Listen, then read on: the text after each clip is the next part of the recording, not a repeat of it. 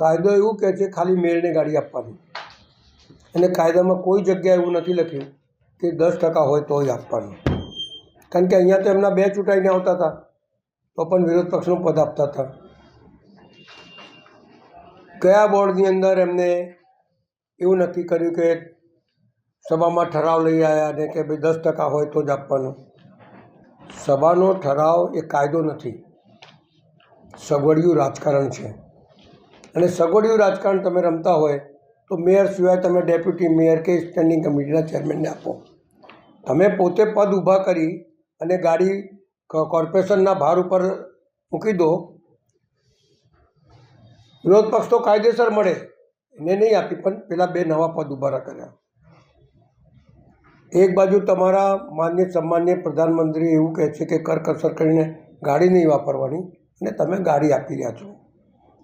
તો આપના માધ્યમથી વડોદરા શહેરને કહેવા માગું છું કે આ લોકો સત્તાનો દુરુપયોગ કરી રહ્યા છે. કોર્પોરેશન દ્વારા એમની ચૂંટણી પ્રચાર કરી રહ્યા છે. કોર્પોરેશન દ્વારા ગાડીઓનો ઉપયોગ કરી રહ્યા છે. આમાંથી લગભગ કેટલા અધિકારીઓને પણ ગાડી નહીં મળે એવી વ્યવસ્થા છે. પણ કોર્પોરેશનની અંદર એ પૈસા નહીં વાપરવાના. આખા વડોદરા શહેરમાં ચારે બાજુ પાણીની બૂમો પડી રહી છે.